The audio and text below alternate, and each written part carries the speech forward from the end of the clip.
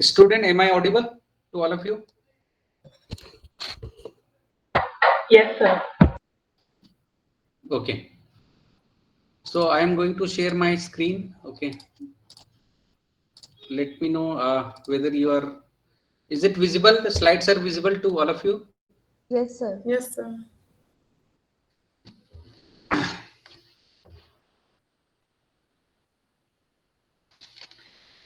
Say it again. Is it visible? Yes, sir. Okay. So we are going to start. The first topic is a CMOS scaling and recent trends. Okay. So this is the outline of my presentation. So there are various factors involved in that. Okay. So I'll go one by one each of the points. Okay. So I have included in these things in the history of the CMOS transistor. So we'll start with the beginning of the computer era. Okay, when they started. So it is started, as you know, that this is the started by the making of computers from the vacuum tubes. Okay, in early 1956. Okay, so it the first computer you can say in the history.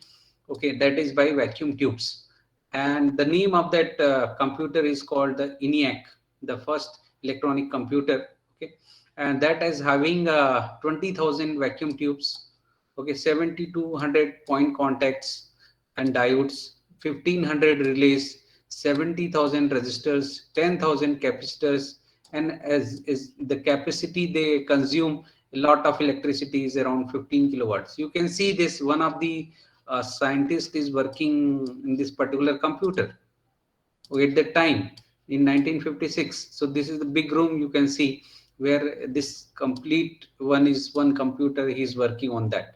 So you can see that so many things was there in early 1956, but today's scenario it is changed. Okay, we are going a little towards higher end in that say uh, one thing you note down the Moore's law. Okay, the Moore's law says that in every 2 years the number of transistors get doubled in a particular chip or integrated circuits, right? So because of the Moore's law only we are having this laptop sorry, laptops and computers and mobile phones in our hand with very high functionality and a very powerful processor. So the key concept behind was the Moore's law. So before Moore's law, what was there? So we had the point contact device. As you know that the BJT was invented after the vacuum tubes. BJT was invented in the let me first do one thing. I'll have, let me record the meetings also. So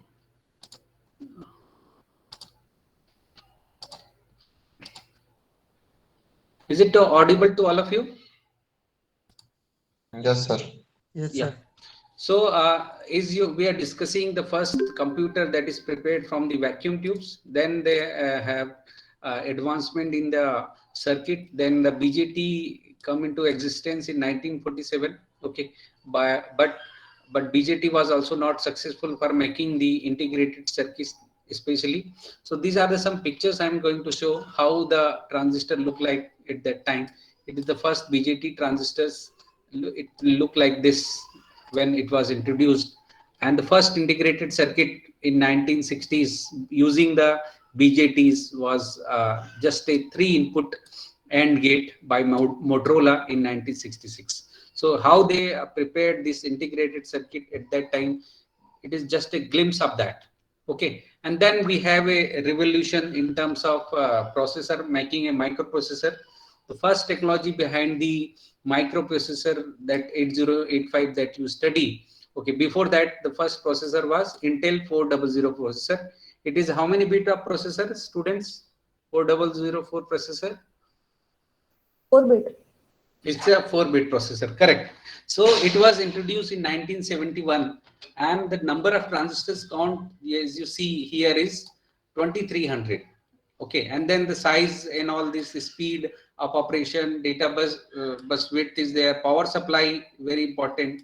So 12-volt power supply was there at that time, and most important is that it was based on the 10 nanometer micro 10 micrometer PMOS based technology. Okay, so not CMOS, it was a PMOS. PMOS stands for P-type metal oxide semiconductor. Okay, so it was based on the 10 micron technology. So, but currently we are using much more better processor. Okay, then after that 404, then 8085 processor, 80285, 38 processor. These all those things are happened in between. So I am directly jumping into the Pentium core processor. Okay, so Pentium core processor, it is a high powered processor. Okay, and it was, you can see the supply voltage was how much it is reduced, 1.12 volt to 1.2 volt it has become.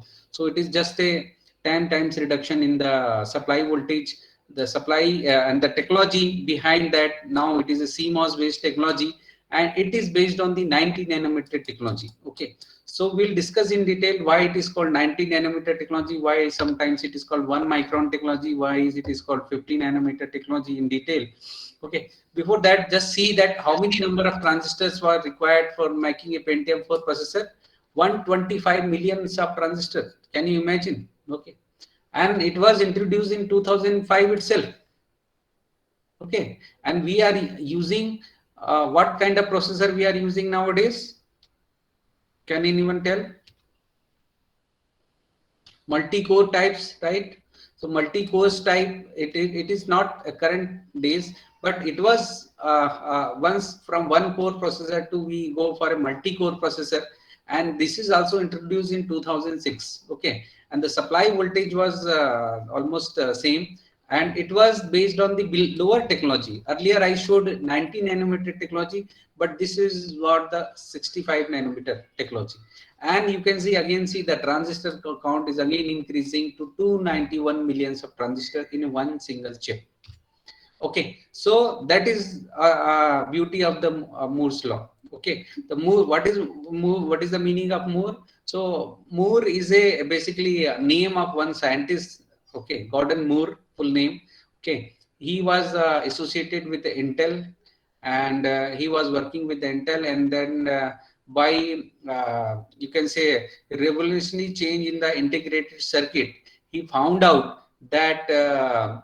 He predicted, basically he predicted in one scientific journal like IEEE that in every 18 to 14 months there will be change in the technology, and the size of the transistors get double in every 2 years. So it was true at that time, and consistently you can see this is one example that in 2002 we had 2.6 million of transistor in a one based on the 180 nanometer technology. So you please see three things: year, technology, and number of transistors. Okay, so then we moved to the 2004. So it was the technology was changed, 180 nanometer to 130 nanometer technology, and then it has become 4.4 millions of transistors. Okay, so again the train goes continues like this. Now we are in almost in saturation condition that by reducing the size by half it may not be possible nowadays. Okay,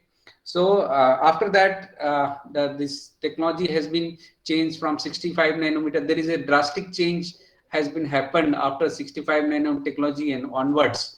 Okay, so the major shift has been occurred is after 2012, where the things has been changed from the single gate transistor to multi gate transistors. So that is called that we are using nowadays in our laptops and mobiles. Like if you are using Samsung phone, they are based on the Samsung 14 nanometer technology, FinFET. That is called the FinFET technology, FinFET.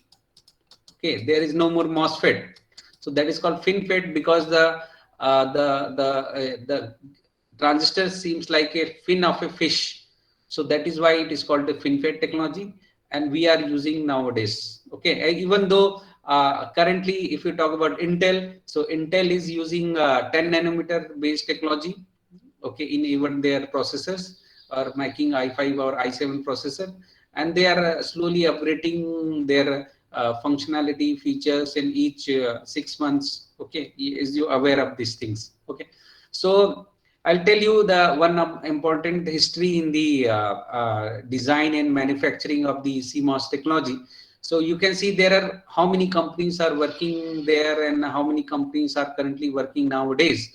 So if you find in CMOS manufacturing technology, so there are various companies are associated and links are there. Okay, and they're offering very high paid jobs related to VLSI technology. You can name that you might be aware of a few companies: Intel, Samsung, Global Foundries, Toshiba, Panasonic, okay, Sony, Hitachi. They was there in earlier 2001 because it at the beginning of the 0.13 micrometer technology, CMOS based 0.13 technology. Okay, but when the increase in year happened, so there is a dramatic change in the slowdown in the number of companies. Why it is happened?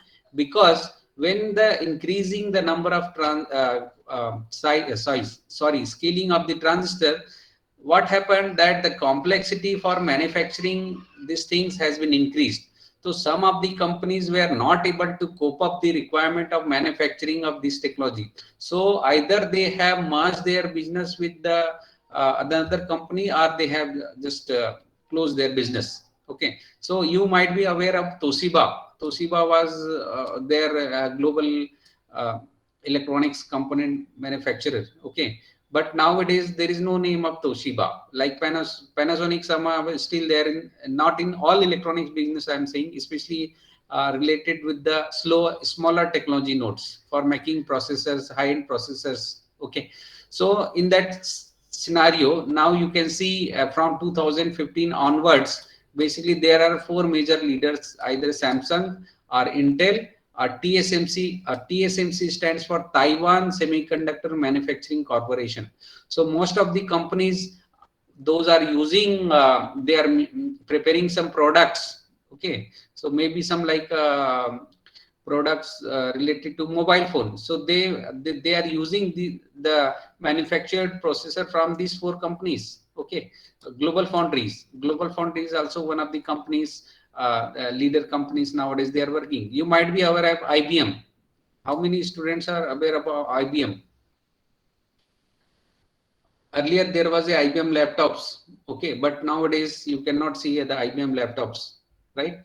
Because they have merged their business. So now they have merged their sell their business to the Global Foundry. So there earlier there was a company IBM. There are big offices in the Bangalore and all those. They are there now. They have merged their business with the Global Foundries. Okay, so this is the change in the CMOS technology and their different companies has been happened over the last few years. Okay, so basically, what is the CMOS chip centric scaling? Is you see that from the animation that the chip size is going down. Okay, when you are increasing, reducing the CMOS size, so they are making a smaller chips. Okay, just for animation.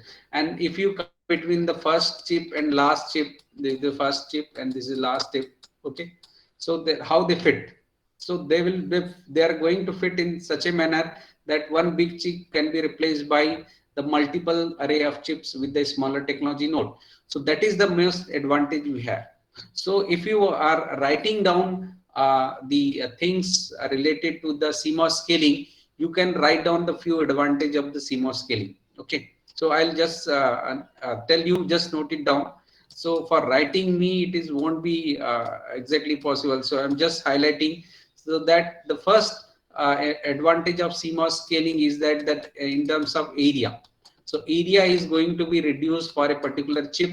Okay, that is the first advantage we are giving. Second, cost, about the cost, because same you can see here it was earlier big chip. Now the same functionality, suppose this is 1 million number of transistor inside the chip was there in a whole. Now these chips contain 1 million some transistor and can do the same functionality is done by the big chip.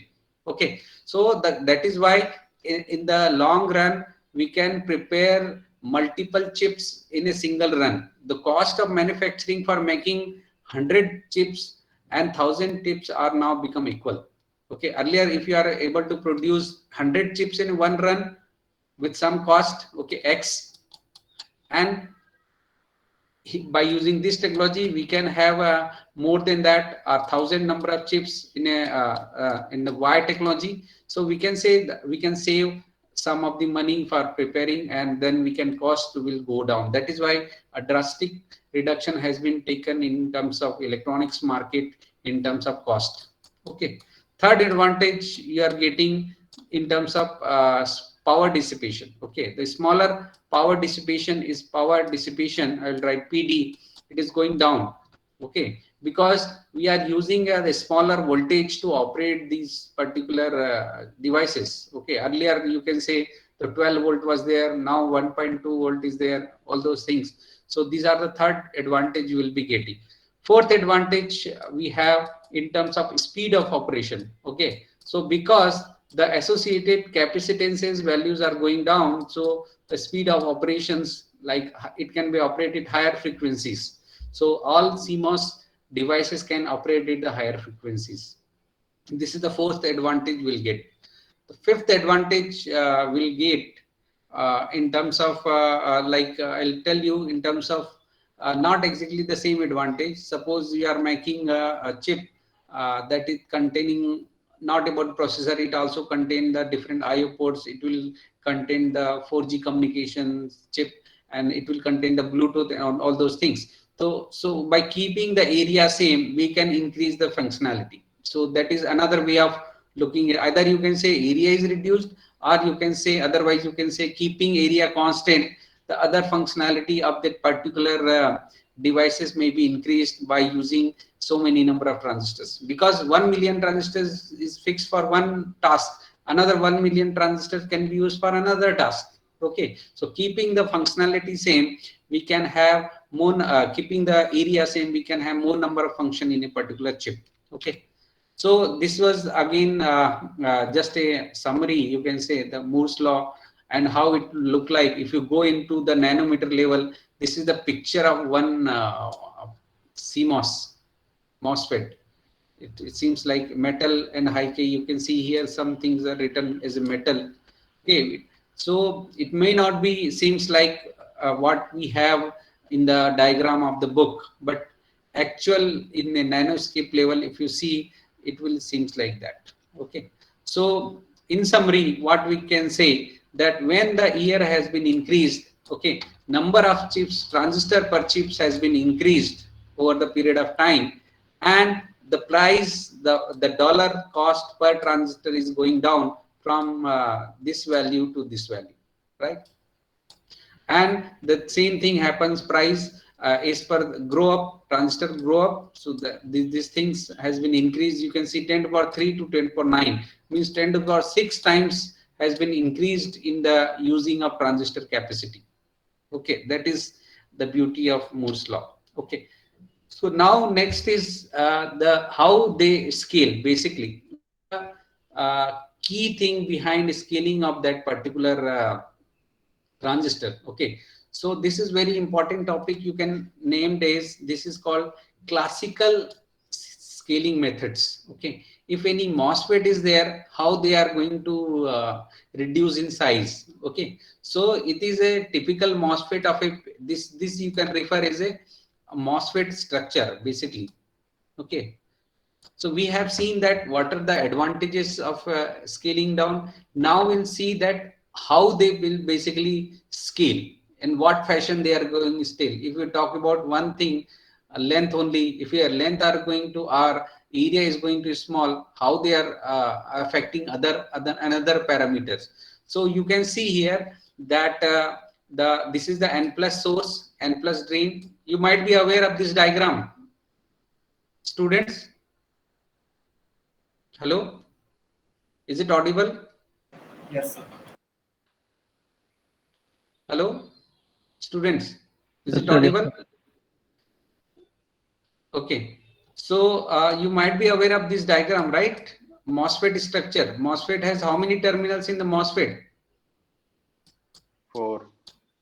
4 terminal, right? So where is the 4th terminal? Here, body. This is the source terminal, drain terminal, and gate terminal is there. Okay, and this is the typical structure of a MOSFET. Okay, where the N MOSFET, it is an N MOSFET or P MOSFET? N, because it is N plus source and N plus drain, right? And there is a TOX called oxide thickness. Okay, so oxide thickness will define the dielectric constant. So it will make a MOS structure. This is the metal, gate is metal, and this one is oxide, and below is semiconductor. So that will vertically, it will make a MOS structure, and it is working like a FET. If we are include drain in source, if we are include drain in source, then it will become a MOSFET structure, right? So is it clear to all of you? Students, is it visible properly? Yes, sir. Yeah. So if you see the structure, what are the important parameters? So those are going to scale in dimension. So you can write down in your notebook that these are the dimension related thing. Device dimension include the oxide thickness, dielectric layer present there, and the length of the MOSFET and width of the MOSFET. These three things are related to dimensions, and they should be scaled by some scaling factor. Okay, so this is the scaling factor 1 by kappa. This is not K, it is kappa. Okay, so kappa is a scaling factor. Because of that, this whole dimension is going to be scaled. So 1 by kappa, the condition is that should the 1 by kappa should be less than 1. Okay, it should be less than 1. This is, for example, I'll give one example that in terms of technology. Yeah, 180 nanometer. Now you can see from here 180 nanometer technology to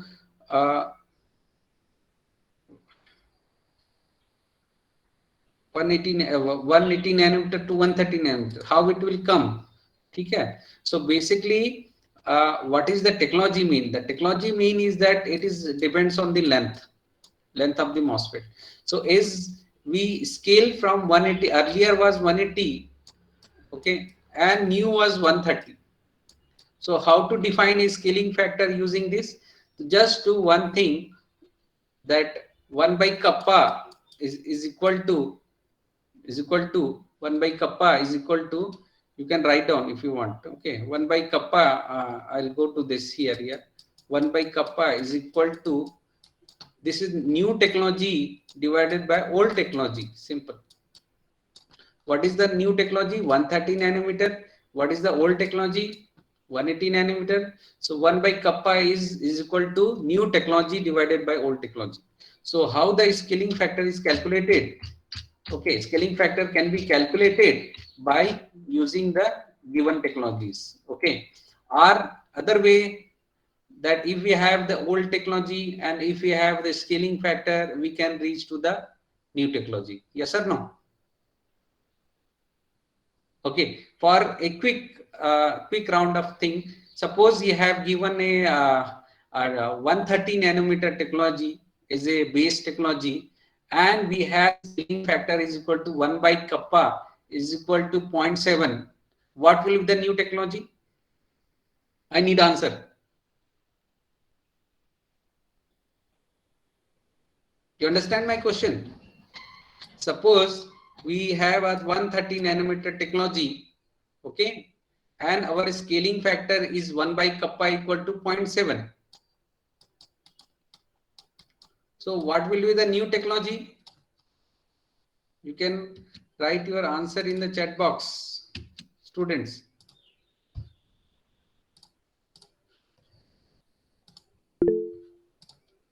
Yeah. So approximately, yeah, correct answer. Approximately it is, I'll say 90 nanometer, 90 nanometer. Okay. It is roughly 90 nanometer. Okay. So that is the correct answer. So that is the beauty of scaling factor, right? So I'll tell you why Moore's law said that when you change the technology, then area is reduced by half. Moore's law says that in every 2 years, if you change the technology, area is half. So what is the key feature behind that? So if you consider the L and W, right? So if you are reducing L by 0.7 times, it is the general convention. ठीक है, ये 0.7 जो है fix है. Okay, and W is equal to also 0.7 times reduce. Okay, so the total new area will be equal to how much? It is just a multiplication in L and W. So it is equal to almost 50%, 0.7 into 0.7, 0.49, right? So that is why area is reduced by half. Why it is called area is reduced by half from one technology to another technology? Because the dimensions that L and W are going to reduce by 0.7%. 0.7 times, not percent. So that is why it is considered then when going for a one technology, let's say 180 nanometer to 130 nanometer, if you are going, so area is reduced by half. Okay, that you can correlate with this, that I have shown the diagram related to animation. This thing you can correlate. So this 45 nanometer, in this 45 nanometer technology, two chips of 32 nanometer can come, right? In the same size, these two chips can come here. That is the meaning of reducing the area by half. Okay, so this is the, we are discussing about the Denold law of classical scaling. So our topic is CMOS scaling. Okay, so what other parameter will affect when you do for scaling? Okay, so we first reduce the dimensions, and then oxide thickness also the doping concentration. Okay, dosing concentration should improve.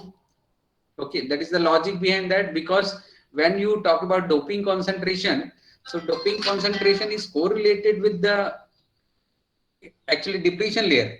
Okay, and if the depletion layer is there, then if you reduce the dimension, the depletion layer is small. And if you further doping concentration to be reduced, then depletion layer will affect the whole region. Okay, so that is why you can say key concept is that we need to only increase the concentration and other things to be reduced, because our scaling factor is 1 by kappa, not the kappa. Clear? So if you follow this rule, what are the changes? Okay, if you follow this rule, what will happen? The voltage, how much times the voltage will reduce? The voltage should reduce by 1 by kappa. How much times the current will reduce? The current will reduce by 1 by kappa. Okay, and then this is called, you can write down in your book if you have, this method of scaling is called Denold, this given by the Denold law. Okay, and this method of scaling is called the constant field scaling. Remember, I am writing here constant field scaling. You will find out this terminology in the book if you read the CMOS scaling. Okay, that is constant field scaling. Okay, why it is called constant field scaling? Because the voltage is reduced by 1 by kappa, and length is also reduced by 1 by kappa. So what will be the electric field? V by L. So 1 by kappa divided by 1 by kappa. So there will be no change in the electric field across the gate. Okay, when you apply the voltage plus and minus here. So that is why this classical scaling is also called the constant field scaling. And there is another type of scaling method is there, that constant voltage scaling is also there, that we'll discuss in the next class. Okay, so as of now you understand this is constant field scaling. So what is the uh, benefit of the benefit? Now you write down the benefit. So benefit of the constant field scaling is that if you compute all these parameters, let's say I'll compute the uh, we'll go one by one. Capacitance. So capacitance, what is the capacitance formula? Epsilon A by T. Okay, so if I put, there is no, epsilon is a constant term, area is changed, thickness is changed. Okay, so the ultimately the scaling factor for the capacitance will be equal to 1 by kappa. Okay, you can have a small mathematical calculation at your end. So A is 1 by k square and T is 1 by k, so ultimately it will base 1 by kappa. Similarly, delay time circuit, how much delay time will reduce?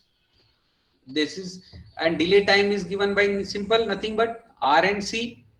Okay, R and C elements are there, and the C is the capacitance associated with the MOSFET. And how it can be calculated? R is just a V by I. Now you can see V, this is a V and I. Okay, so delay time will be reduced by 1 by kappa again. So this is the first advantage you are getting in terms of mathematical calculations, that if you go for a scaling of the device, you'll get the delay time reduced by 0.7 times. The delay time reduced by 0.7 times. If you kappa 1 by kappa is 0.7. Okay. Second point, very important, that power dissipation per circuit. Okay, how to define power dissipation? It is just a multiplication of voltage and current. So if voltage is reduced by 1 by kappa times and current is also reduced 1 by kappa times, then power dissipation will be 1 by kappa square, that is equal to 0.5 times. Means your power dissipation reduced by how many times? If I consider 0.7 as a 1 by k, students,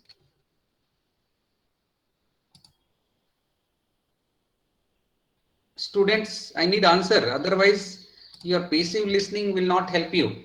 Okay, so what is the benefit of the classical scaling in terms of power dissipation? How many times the power dissipation will reduce if I consider 1 by k scaling factor is equal to 0.7?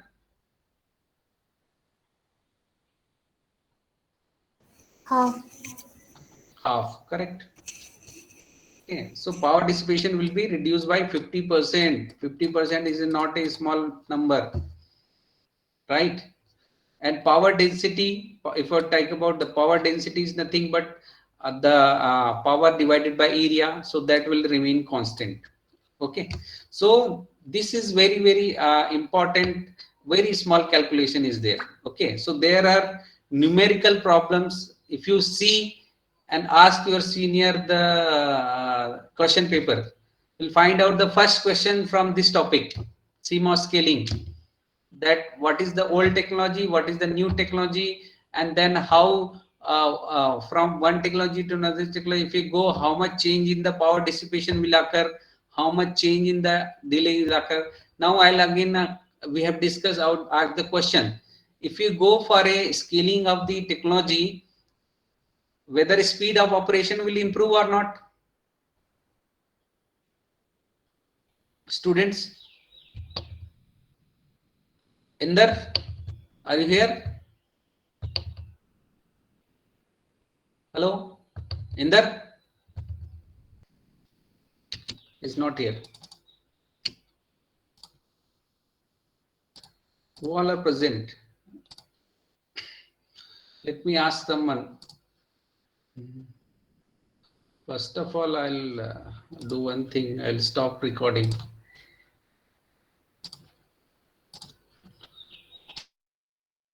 So, anyone else? Sumit, are you here? Sumit Prajapati?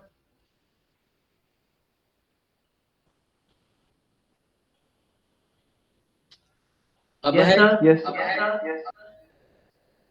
Sumit, tell me that if we are see this slide, is this slide visible to you?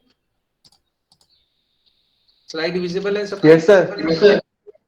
Now my question is that if you are going for a scaling of a transistor, how much the speed of operation will be affected? Speed पे क्या फर्क पड़ेगा? If you go for a scaling, can you pick some point from this slide and correlate? Which parameter will correlate with the speed of operation? Device dimension. No, there is more. The delay time. Yeah, correct. Delay time per circuit, right? Simple. This. So delay is reducing or increasing? If I consider Reducing. 1 by, yeah, it is reducing by 0.7 times. then speed of operation will increase or decrease? Increase. Yes, correct. Okay, so this belongs to a related to classical scaling methods. Okay, so in any digital electrical circuits, basically we'll talk about the four things as I mentioned earlier. Also, we'll talk about the speed of operation, or propagation delay, or delay in the circuit. We'll talk about the power dissipation. Okay, so these things are very important. Power dissipation, delay, power delay product. Okay, and then if I want to compute the power delay product, let's say, because it is a figure of merit. Have you understood figure of merit क्या बोलते हैं? What is figure of merit? So power delay product is a figure of merit for one of the any digital integrated circuit. ठीक है? And very important, this may be asked in any one of the vivas of you are attending in your lab, as well as you will be attending your uh, interview questions related to these companies, VLSI companies. What is figure of merit for the digital circuits? So it is power delay product. So power delay product is affected by how much if we go for a scaling. Can anybody answer? By looking into this just slide. This slide is enough to answer. How much scaling factor will be there for the power delay product? Any answer? Anyone who is able to? 1 by k cube. Correct. What is your name? Sukriti. Sukriti. Correct. So 1 by k cube times basically your figure of merits are going to affect. So figure of merit is improved a lot. Okay. So this is one example given as a scaling factor is a 0.7. Okay. If you see the earlier question paper from my digital CMOS IC, you take it from your seniors, you'll find out that the scaling factors can be computed or may be changed. Then what is the effect of the scaling factor from the new technology and old technology? So you may be able to solve those problems. Just focus on the three things: what is the old technology, what is the new technology, and what is the scaling factor. If you have the concept ready with you, okay. And one more thing is that if you know the certain equations, like what is the equation of capacitance, what is the equation of a delay time, what is the equation of power dissipation, what is the equation of power density. If you know all those things, then you will definitely able to solve the problems related to given in the last year in my question paper. Okay, so epsilon naught, you know that epsilon naught value, right? And there is epsilon r also hidden. What should be epsilon naught and what should be epsilon r? What is the A stands for? What is T stands for? All those things. So in the class, I won't discuss about the numerical problems. Okay, I'll discuss about the formulas only. So you have to practice by yourself that what can be the consequence, because it is online mode. If it is offline mode, I may given some of the examples also in the doing in the blackboard. Okay, so just go through the book. Okay, go through the book. I have shared one book also in the Google Drive. You can refer the chapter MOSFET, named MOSFET, where you'll find out the scaling benefits basically. So start reading the book and you'll find out the benefits of the scaling. Okay. Any other questions from the students? Any other questions?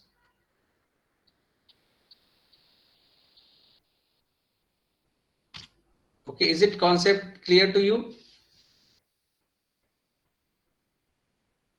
Yes, sir.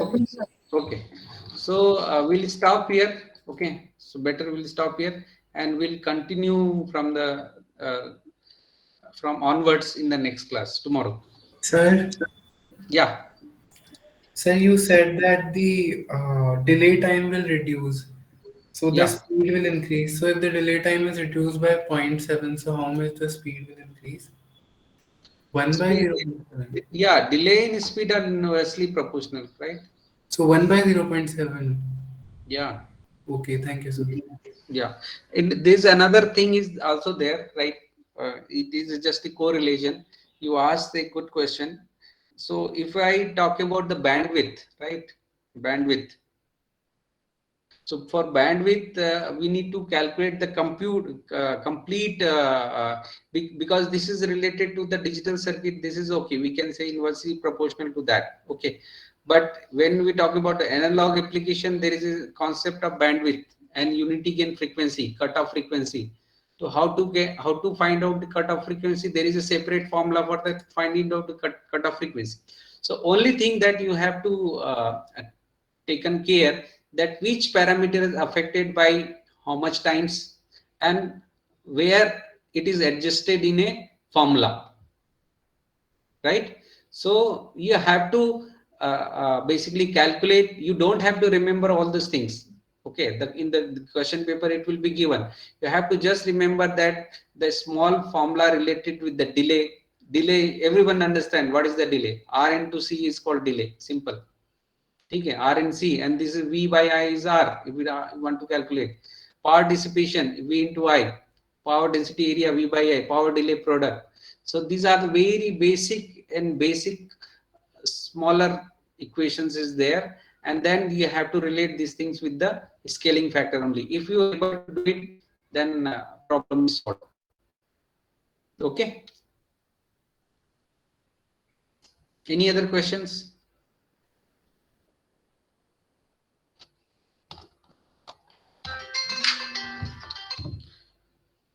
Okay, so I'll stop here, and you can mark your attendance, right? I'll stop presenting. You can mark your attendance in the Google Classroom. Is it open now? No. I'll just open the attendance sheet. Yeah, I have started the response. Now you can mark your attendance.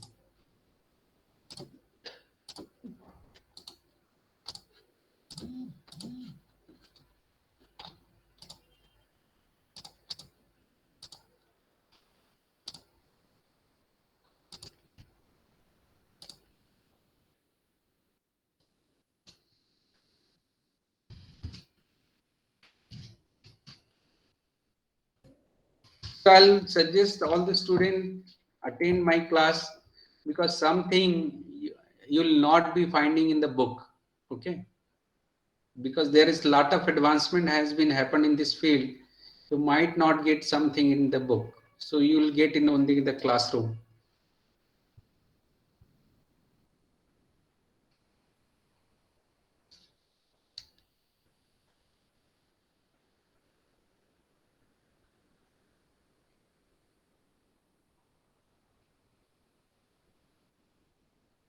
So any